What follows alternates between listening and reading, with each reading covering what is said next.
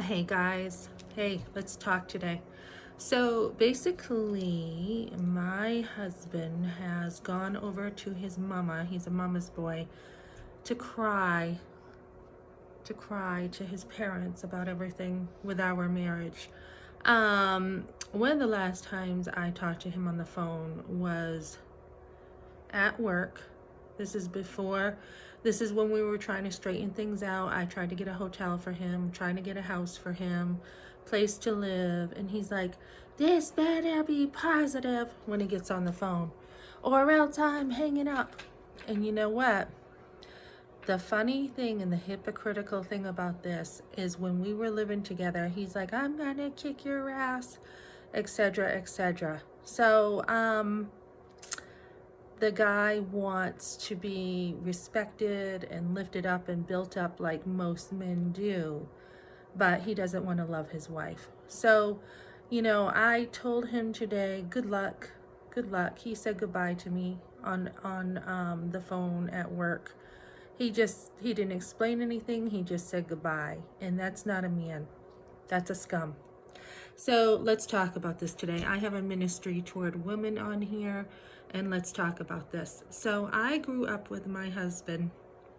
I've known him since second grade. Second grade, we hung out together. Third grade, he was picking on me with our friends. He was saying I had cooties, and he would spray the chair, and they would all make fun of me because they liked me. When boys like you, they pick on you. So his little friend Tom Chanel had drawn a spaceship with a little alien picking on me, of me coming out of there, and just they did a million things to me. And it was my aunt who said, Melissa, don't let it bother you. They like you. That's why they're picking on you. So I got picked on in school from about third grade to sixth grade. Fourth grade, I was picked on, fifth grade, and we had a great group of friends, like Grease, like the movie Grease. That's kind of how we grew up together. And then in sixth grade, let me see, yeah, he started noticing my curves, and then he started liking me. And he liked me sixth, seventh, eighth grade. I was dating I went out with like Mike Briggs for a day. This was just like total kid stuff. Mike Briggs, Bobby, Chris, and we just all were like friends. And then me and my best friend Chris would hang out with the boys on the soccer field, and I would get grass stains all over my pants, and my mom would be really mad because I had grass stains on my pants. And they would literally pick me up by my legs and drag me across the field. So we were rough. We were all like rough with each other. And then let's see. So from there, that was like our times together. And then he liked me. And then in eighth grade, we went out for like a couple hours. And his best friend, Brian, was like, what, you broke up with him? You made him cry. You broke up with him? I'm like, yeah, I just don't want to be with him. And so this was kind of like our stuff. And then I graduated. We all graduated, and then we went into high school, and things changed a lot in high school. So his parents were never really part of our life. And then when I got married to him, they still were not part of our life. We dated. I would go over there. I would swim in the pool. We dated. We had a blast together. That was in 88. And then 89, he broke up with me because he didn't want me to go to college. So anytime anything gets hard, look out, because this is what will happen. Test a guy and see if he can take hard stuff.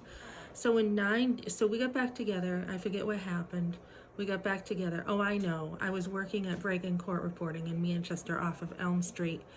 And I was working for them. I was going to college for court reporting. And it just wasn't a good fit. I was like, this place is not down to earth. I don't really care for the snobbery lawyers. Now I would have been equipped to deal with that, but I wasn't at, 19?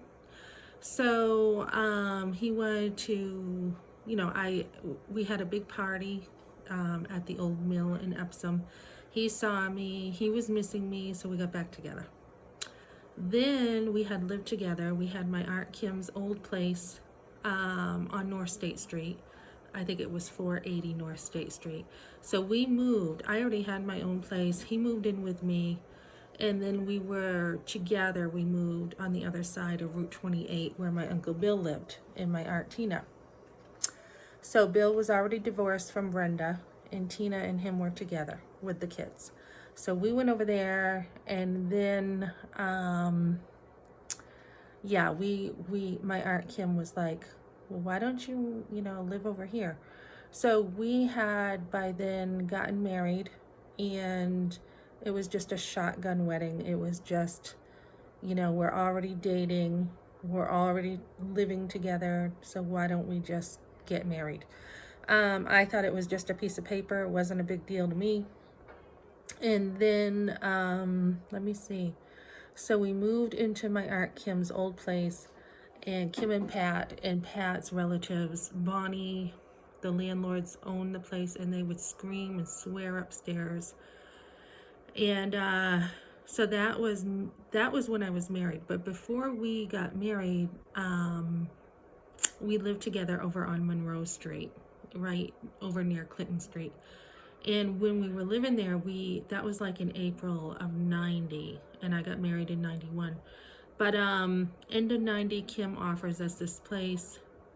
No, end of 91. Anyways, so we're living together, and I'm working. He's working at the grist mill at this point over in Bow, and we didn't have the money. This was like a very, very expensive apartment. So he's like, so we moved back in with our parents, and then he no longer wanted to be together. Now, I could not see this pattern at that time where I was at. I just couldn't. I wasn't who I am now, and I couldn't see it. So he wanted to sow his seeds, and he was hanging out with some people in Pennacook, and he was like partying, hanging around with like scummy people. And then we had gotten back together, and I went to, like, they had this band in Pennacook on the island over there, and I went there, and I was drinking, and so he kind of brought me down. And then let me see, then we were married, and my life totally changed when I had my firstborn son. And I've shared this. Motherhood will change your life, totally. And then it changed again when I became a Christian, and I worked extremely hard at changing my life all the way up. So, and then the one time I did leave, the first year we were married, because he was being abusive to me. And his parents came in the picture and started meddling and started babying him. And they were so sad that I left him, and he was complaining he didn't even have groceries, and the store was right down the road. So he had asked his friend Charlie to bring him down to the hairdressing school. I was now in hairdressing school after we got married. I didn't think we could have kids.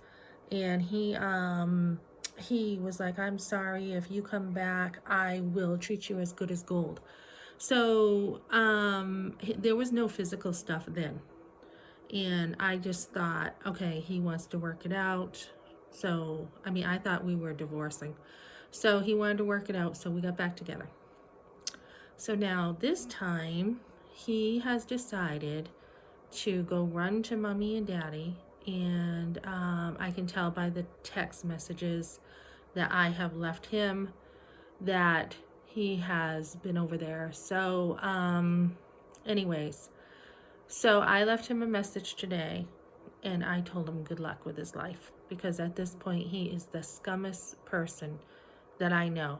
Any man who leaves his family for no reason, just because he doesn't get what he wants, or he can't handle issues in life, and he can't come back around and say, wait a minute, let's talk about this, what's going on, wait a minute, when you said this to me, this hurt my feelings, or, to take fits of rage and to lash out. It just, his family does the same thing. His whole family is into domestic abuse. When we were married, his father was like, let me talk to Ben now, when he called. And he goes, and if you don't, I'm going to come over and kick that door down. And I said, you go right ahead and I'm going to call the police on you. So I know that they were fighting a lot, and he was, you know, Donna said he had a gun. He said he was going to use a gun on himself to kill himself. So when the whole entire family is used to domestic abuse, used to they tore down their son constantly, and shamed him. So he has a big shame identity. When you're coming from this, let them go. And I'm going to encourage young women. I did not see this because of the only, my garbage I came from and the trauma of abortion and everything. I did not see this. When we were dating, I had dated him in high school, and I dated some others too. When he broke up with me, I was like, that's it. I don't care. I'm dating others. And I did. So, the thing is, this time I'm not. This time I'm like, I'm not dating. I'm not doing anything. He wants to end the marriage. So I'm really not doing anything except living my life right now and investing in myself. But when you see a man who every time something gets hard, he wants to give up, that's a big sign not to marry someone, because that says he doesn't have the stamina to make it through the hard times. And we have had a lot we've gone through. Like, we were living in a trailer and we had 5 kids and we didn't have a lot of money, and that was fine. We were happy. But once his parents started meddling, that's when our whole marriage started going down. And that was right about the time he had cancer. They were meddling about money. They were putting me down constantly. So when you have parents who do this, not only to their own son, but to their wife, I mean, it is grounds for divorce. In other countries, like in Spain, if the man will not take responsibility and let his mother run the marriage, they legally can divorce. I think it's Spain or some country. So, the biggest scum of the earth, in my opinion, is a man who leaves his family and leaves them to the wolves. I've seen my parents go through stuff, and my father never left my mother, as far as I know. Maybe he wasn't good to her, but he didn't leave her. So, when you have somebody like this, and the whole entire family and community starts putting you down, it's a sad situation. So you got to let them go. They deserve each other. You have to let them go for the sake of your sanity and your safety and the safety of your family. So a lot's been put on, in the past, a lot's been put on social media from his sister in the past about, my brother has a ring in his nose and he can't stand up to his wife, and let's go beat her up and stuff. So, I now have about 7 or 8 platforms of social media, and it's my turn now to talk about things. And I'm not trying to be real revengeful here, but it is my turn now to speak truth into this, because they have done this with the whole entire community.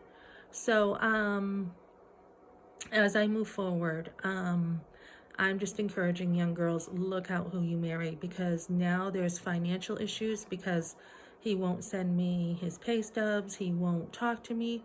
I cannot have the freedom to do what I need to do financially because of him. Do not marry a man who tears you down. I let him know I wish him the best of luck in life. I said I can't even walk down the road without men whistling or hitting on me. So, it's too bad you didn't know how to treat a woman. So don't be afraid to speak truth. When I went somewhere the other day, this lady and I were talking about the Council for Domestic Abuse, and she's like, you are so well spoken. You are so eloquent in your speech. She's like, you're a beautiful woman, and I love the way you speak. You're not afraid to speak truth, she said. And I said, no, I'm not. I'm not. If you don't have truth, what do you have? You have nothing. So I said, that's funny. Thank you for that compliment, because when I was a kid, I had a speech impediment. I had earaches because my parents smoked. I had a lot of earaches, and then I had to have surgery, for my hearing. So I've always been a little more insecure with speaking. So when you look at my YouTube channels at the beginning here, I kept saying, I just, I was so nervous about speaking on here. And I used to have to get up in front of class and give a report. And I think that's where this stems from, like second grade and third grade, having to read in front of a whole class. So, anyways, that has definitely improved. And what you want to do is when you cannot see this, so you really do want older women. You want older women in your life. If you haven't had a mother like I haven't, you really don't have any help, and you're trying to figure it out, especially after trauma like a forced abortion. You tend to go down, and you're trying to figure out what the world is about, how to deal with relationships. How do I deal with this if this happens? How do I deal with that if that happens? So be very wise, because the man you marry, he should be able to put as much effort into the relationship as you do. He should be able to have the same energy as you do. And, my husband has talked about, oh, I just want peace. I just want peace. Peace is something that comes from the inside. It's not something that you get on the outside. There will always be issues all your life. Always. There will always be something that comes up that has to be dealt with, even especially with a big family. There's going to be a million things that need to be dealt with. And for me, with having to deal with the finances on my own, me saying, what do you want to do with the electric? What do you want to do now with the rent? What do you want to do now with the landlord? He wants to talk to you and you don't want to talk to him. There will always be issues. So, a lot of times a man who doesn't want to step up will try to take the easy road out, and then he will find a good man. A man who's in love will never leave the woman he's in love with unless he already has a woman. And he will try to find that woman who will give him that lifestyle of easy peasy, living on easy street. Someone who doesn't have very high standards, someone who can make life real easy for him. And when you invest in a man, do not carry him. Do not carry him. Like, I was the one who brought my kids to church. I was the one who, did devotions and invested in them spiritually, emotionally, physically. The one regret I have is making it too easy financially. He had wanted to stay home so he could spend time with the boys, and we thought that was a good idea, which it is if you have enough money. And even if you don't have enough money, you should try to be frugal so that you can stay home with your family. But what I didn't see was the lack of ambition, the lack of saying, I'm going to do whatever it takes to take care of my family. So when a man, number one, doesn't want accountability, he runs to his mama, he's a mama's boy, you want to put pressure on. You want to put a lot of pressure on and say, these are your responsibilities, these are your obligations, and you're going to pay for them. And then two, you want to see ambition. And if he doesn't have the ambition to take care of his family, especially when I had a breast cancer scare, I still have breast cancer bills that need to be taken care of. He hasn't even lifted a finger to ask how I'm doing. But when he had cancer, I had to take care of everything. I had to take care of all the bills. I had to take care of not only my 3 little ones in tow, but his family too, and make sure I was the communicator of everything going on between everyone and the hospital. So I had to work really hard at that. So basically, you want to watch real careful about who you marry. And you want to look and make sure they're investing in you and they're helping you to be your best as you invest in them and help them to be their best. So as a wife, trying to be the best wife I could be, I invested in him in every single way I knew. I was very good to him. The last year we were together, he was kind of down. I brought him a motorcycle. I found it on the road for a good deal. But do not try in the name of being a good wife to cut yourself so much and be so frugal like I was. I stayed in a trailer with my kids for 23 years and I made it work so that he could have it a little bit more easier. Do not do that. I look back and I'm like, why did you do that? You carried way too much. You went to the pantries, you did the Medicaid, you did the WIC, while he had it easy. He went to his parents all the time on the weekends, hung out, did what he wanted, and did not take responsibility. So, and he would see me saying, look, what are we going to do for food this week? I'm pinching pennies. And I would have to be the one to take care of us. So do not do that. If a man cannot work for you, he does not deserve you. End of story. Thanks, guys. I hope this helps. I hope some young girls see this and understand what to look for in a man. He should be a hard worker, and if he's not, it doesn't matter what he says, it's his actions. Okay, guys, have a good one.